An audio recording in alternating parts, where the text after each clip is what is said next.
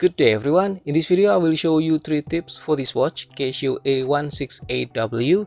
And yes, let's start with the LCD check. To do that, you need to press all the 3 buttons at the same time, like this. And we will see this LCD check screen. Okay, you can press any button to exit, and I will push this one, start stop. Okay, and then the next one is for the Casio check. And to do that, press and hold the button on the right, start stop.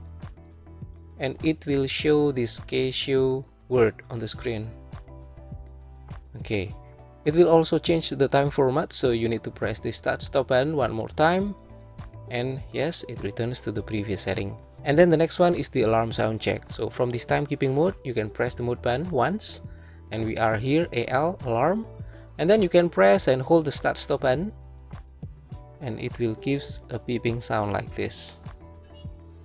Okay, and then as you can see here, the setting is changing a bit, so you need to press this button 3 more times, 1, 2, 3, and it returns to the previous setting. And then we can return to the timekeeping mode by pressing this mode button. Okay, done. That's all the 3 tips for this watch, A168W, a cool watch.